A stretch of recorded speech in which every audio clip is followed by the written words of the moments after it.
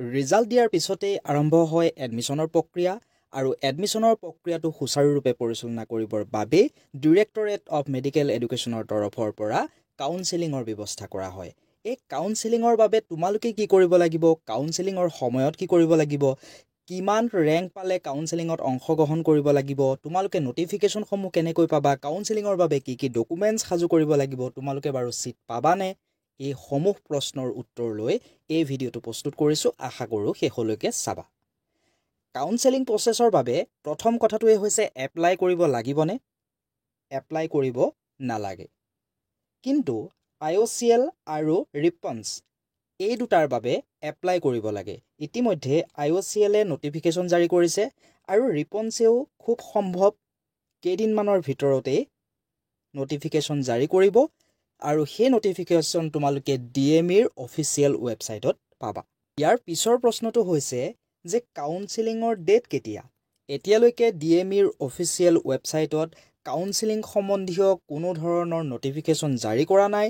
যদিও তোমালোকে এইটো ধৰি ল'ব পাৰা এই জুলাই মাহৰ 25 তাৰিখৰ ভিতৰতে নটিফিকেশ্যন ওলাব আৰু জুলাই মাহৰ শেষলৈকে প্ৰথম কাউন্সেলিঙৰ প্ৰক্ৰিয়া আৰম্ভ হ'ব।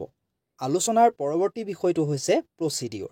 তোমালোকে যদি যোৱা বছৰৰ কাউন্সেলিঙৰ বিষয়ে চোৱা তেনেহ'লে দেখিবলৈ পাবা যোৱা বছৰ কাউন্সেলিং মুঠ 5টা ৰাউণ্ডত অনুষ্ঠিত কৰা হৈছিল। কিন্তু সেইটোৱে এইটো নুবুজায় যে এই বছৰো 5টা ৰাউণ্ডতে কাউন্সেলিং সম্পন্ন হ'ব।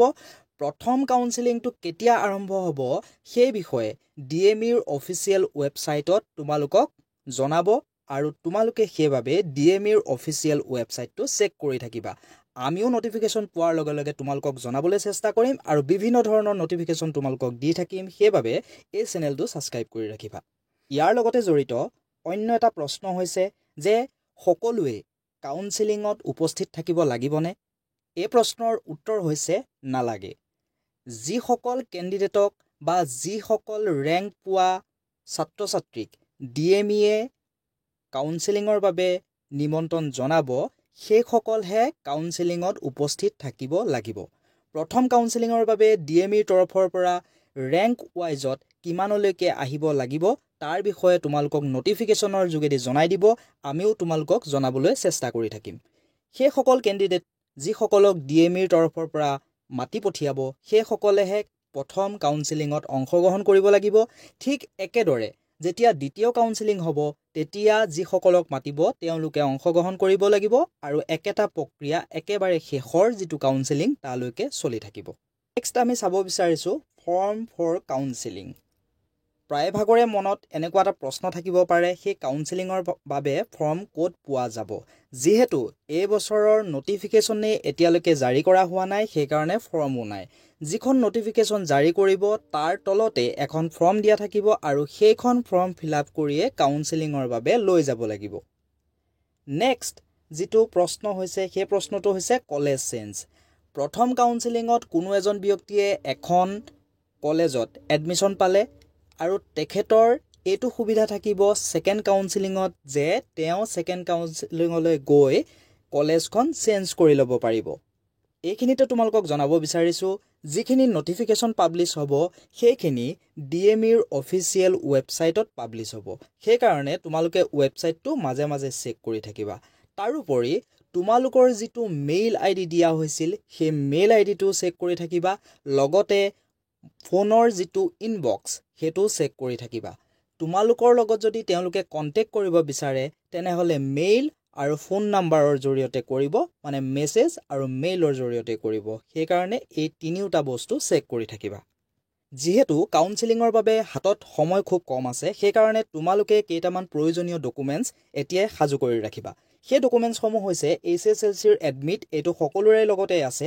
নেক্সট এণ্ট্ৰেঞ্চৰ যিখন এডমিট সেই এডমিটখন। 3 নম্বৰ বস্তুটো হৈছে হায়াৰ ছেকেণ্ডেৰীৰ মাৰ্কশ্বিট চাৰ্টিফিকেট লগতে এডমিটখন। এই তিনিওটা বস্তু সাজু কৰি ৰাখিবা।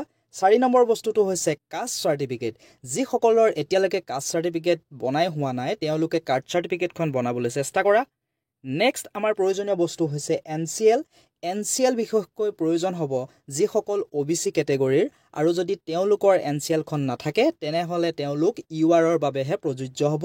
OBCৰ ৰিজাৰ্ভেশ্যন তেওঁলোকে লাভ কৰিবলৈ সক্ষম নহ'ব সেইকাৰণে OBC সকলে NCL খন উলিওৱাৰ ব্যৱস্থা কৰা প্ৰয়োজনীয় বস্তুটো হৈছে EWS চাৰ্টিফিকেট এই চাৰ্টিফিকেটখন কেৱল সেইবিলাক ষ্টুডেণ্টৰ কাৰণেহে প্ৰয়োজনীয় যিসকল আনৰিজাৰ্ভ কেটেগৰীৰ আৰু তেওঁলোক EWS চাৰ্টিফিকেটৰ বাবে যোগ্য নেক্সট প্ৰয়োজনীয় বস্তুটো হৈছে PRC এই PRC খন এই প্ৰক্ৰিয়াটোৰ এটা অতি গুৰুত্বপূৰ্ণ ডকুমেণ্ট এই PRC বনাবলৈও সময় লাগে সেইকাৰণে যদি কাৰোবাৰ নাই তেনেহ'লে বনাই লোৱা যদি PRC তোমালোকক ভেৰিফিকেশ্যনত নাপায় কাউন্সেলিঙত যদি PRC নাপায় তেনেহ'লে তোমালোকৰ ৰিজাল্টটো উইথেল হৈ থাকিব নেক্সট প্ৰয়োজনীয় বস্তুটো হৈছে যিটো তোমালোকৰ এন্ট্ৰেন্সৰ স্ক'ৰ কাৰ্ড তাৰোপৰি PWD কেণ্ডিডেটৰ বাবে যিখন PWD চাৰ্টিফিকেট সেইখনো প্ৰয়োজন হয় আশা কৰোঁ তোমালোকে ভিডিঅ'টো চাই ভাল পালে লাইক কৰিবা কমেণ্ট কৰিবা এই চেনেলটো ছাবস্ক্ৰাইব কৰিবা আৰু এই ভিডিঅ'টো তোমালোকৰ বন্ধু বান্ধৱীৰ লগত শ্বেয়াৰ কৰি দিবা